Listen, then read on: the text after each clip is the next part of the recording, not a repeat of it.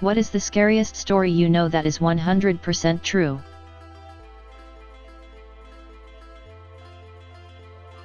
The story of Jamie Kloss is terrifying. In rural Wisconsin last year, a 13-14-ish-year-old girl went missing after her parents were murdered in their home.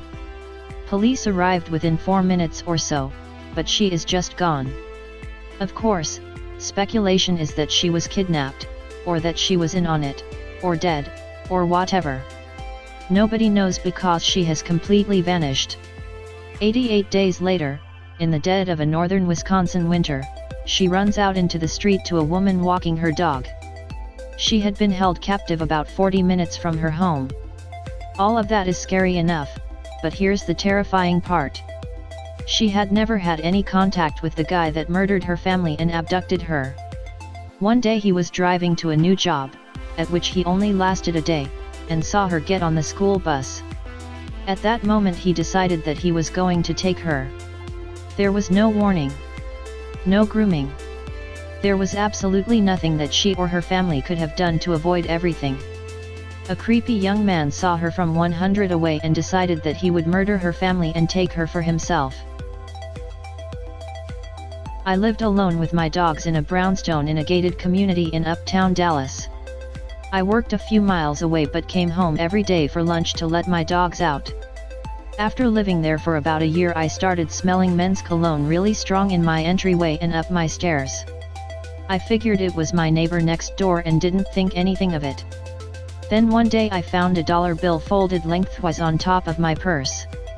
I never carry cash nor have I ever folded a dollar bill lengthwise. Thought it was weird. A few weeks later I came home and both my dogs were standing in front of my bedroom door wagging their tails and staring at the door. I figured they wanted to lay on my bed but I was in a hurry and walked them real fast and went back to work. When I came home that day there were 20 or so dollar bills folded lengthwise and placed neatly around various surfaces in my room. Never in my life have I been so terrified. I grabbed my dogs and noped the fuck out of that place as fast as I could. I called the cops, they came out, my locks were changed, but I could never be there alone again. I moved a month or so later.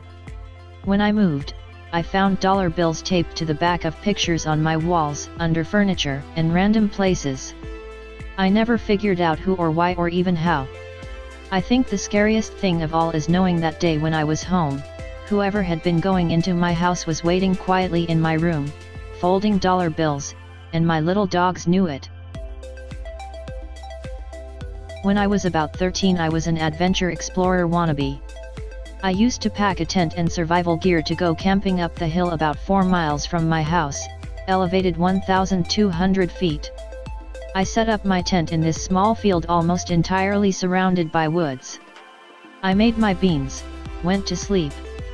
I was woken up at 3 a.m. to the sound of what I thought was a wild animal approaching the tent, not unusual. Woke up at sunrise, opened the tent and found a parcel wrapped in white aged cloth, tied in straw string with a note on top, "Welcome friend." Inside the parcel, get this, a calf leg/hoof. Never told a soul about it to this day. Scared the soul out of me. Never went camping again, and didn't stop thinking about it for months.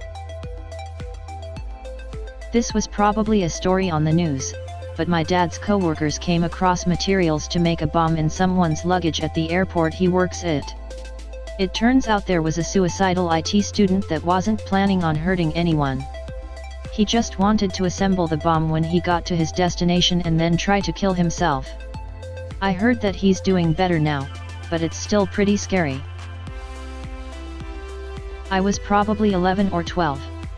There was a telephone pole in our backyard that stood in the middle of our back fence. An electrician was working on it and needed access to our backyard for a couple days. One of the nights, my best friend was over for a sleepover, and we were in the fort we made in my room. I was facing toward her, away from my bedroom door, and she gets startled and lets put kind of a half-hearted scream/yelp. She said she thought for a split second she saw a man's face peering between the sheets through the entrance to our fort. We both felt really creeped out the rest of the night but just fell asleep eventually. The next day or so my family realized that 2 of our motor scooters we kept in the back were missing, and sometime later my dad recognized the electrician on Sacramento's Top 10 Wanted. I'm pretty sure that night was the night he stole the scooters, and he must have come inside the house through the back door and left or something when he realized we were awake. Homeless people managing to secretly live in people's attics, cupboards, inside a wall. Here's one such story. Tokyo. A homeless woman who sneaked into a man's house and lived undetected in his closet for a year was arrested in Japan after he became suspicious when food mysteriously began disappearing. Police found the 58-year-old woman Thursday hiding in the top compartment of the man's closet and arrested her for trespassing, police spokesman Hiroki Itakura from southern Kazuya town said Friday. The resident of the home installed security cameras that transmitted images to his mobile phone after becoming puzzled by food disappearing from his kitchen over the past several months. One of the cameras captured someone moving inside his home Thursday after he had left, and he called police believing it was a burglar. However, when they arrived they found the door locked and all windows closed. "We searched the house, checking everywhere someone could possibly hide," Itakura said. "When we slid open the shelf closet, there she was, nervously curled up on her side. Woman found the home unlocked." The woman told police she had no place to live and first sneaked into the man's house about a year ago when he left it unlocked. The closet is part of a Japanese-style room, one of several rooms in his one-story house where the man lived alone, or so he had thought. Police were investigating how she managed to go in and out of the house unnoticed, as well as details of her life inside the closet, and if she had taken anything else besides food. She had moved a mattress into the small closet space and apparently even took showers, Itakura said, calling the woman neat and clean. "I was walking in the woods once when I saw a blue tent, or what had once been a tent. It was torn to shreds and the poles were snapped and it was all in a messy pile in the middle of a clearing. From a distance, it had looked like this clearing was full of cream-colored flowers, but as I got closer I realized they were pieces of paper. Pages from Stephen King's The Shining, to be precise. They were charred around the outside as though someone had set light to them, and the fact that they were individual made it look like someone had really wanted to destroy the book. I shrugged it off. It was a very neat setup for whatever project the film students from the nearby school would be making, I told myself.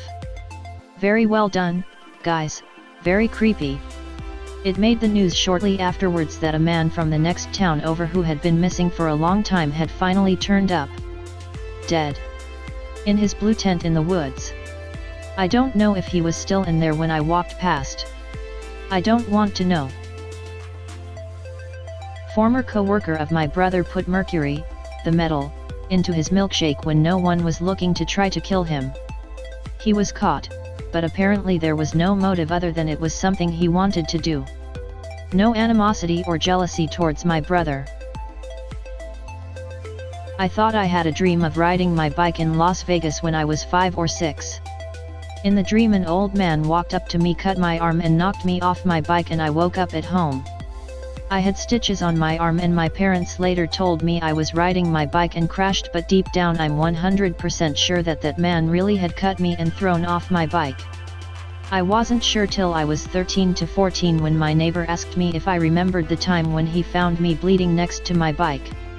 Out of curiosity I asked him if he remembered if anyone was around, and he said there was an elderly man walking away from me about 20 yards ahead. To this day I'm still scared of what would have happened if my neighbor hadn't seen me in the front. My uncle, when he was in his teens, witnessed a UFO event. He was at the beach in the middle of the day when he saw an oval-shaped object about half a kilometer up in the sky. He said that everyone, there were over 100 other people at the beach, and they all witnessed this, could see that the object was huge, big enough that if it had come down, it would have flattened the entire beach. Everyone watched it for about half an hour, and during that time it didn't move one bit. Heaps of people were just standing or sitting around, watching it. My uncle said, and this is an almost direct quote, "You know how you sometimes feel like you just have to get out of a place, like you have to take off running? Well, this was different. You felt the opposite, like you had to stay. After half an hour, the object started moving very slowly, and then it just shot sideways extremely fast and disappeared. No plane or human-made flying object could have moved in that way, or looked like that, unless the government was/is developing technologies we know nothing of, a strong possibility. Thank you for watching, subscribe for more.